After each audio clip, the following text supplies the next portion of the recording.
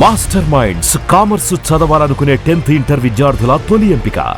గుంటూరు జిల్లా మామిళ్లపల్లిలో మొక్కజొన్న రైతులు మహిళలపై పోలీసులు చేసిన అరాచకంపై జాతీయ మానవ హక్కుల కమిషన్ రంగంలోకి దిగింది.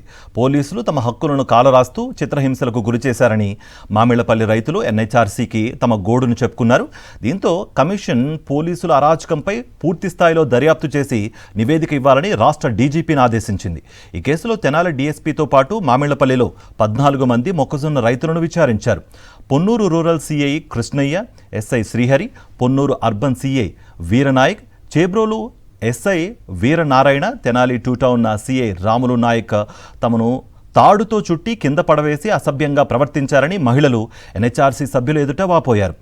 సముద్రయ్య అనే రైతుకు చెందిన గోడౌన్లో మొక్కజొన్న నిల్వ ఉంచుకుంటే ఆ గోడౌన్పై టీడీపీ నాయకులు దాడి చేశారని వివరించారు.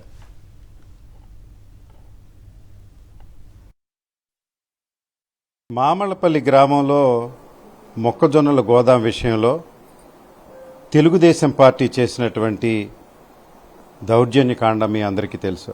అదే క్రమంలో పరామర్శకు వస్తున్నటువంటి నాయకులను అడ్డుకోవడం, స్థానికంగా ఉన్నటువంటి మొక్కజొన్న రైతులను, మరి ముఖ్యంగా మహిళలను విచక్షణారహితంగా స్థానిక పోలీసులు, Ponnuru rural CI, SI, Chebrolu SI, Tenali urban CI, Ponnuru urban CI వారి నాయకత్వంలో జరిగినటువంటి చిత్రహింసలు, దౌర్జన్యకాండ, మహిళల్ని మెడకు తాడు వేసి లాగి కింద పడేసి ముట్టరాని చోట ముట్టినటువంటి సంఘటనలన్నింటినీ కూడా గత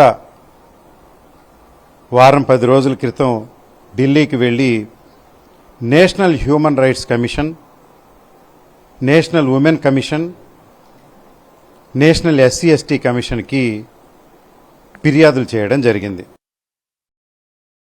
మరిన్ని అప్డేట్స్ కోసం ఛానల్ను సబ్స్క్రైబ్ చేయండి. నోటిఫికేషన్స్ కోసం బెల్ ఐకాన్ పై క్లిక్ చేయండి.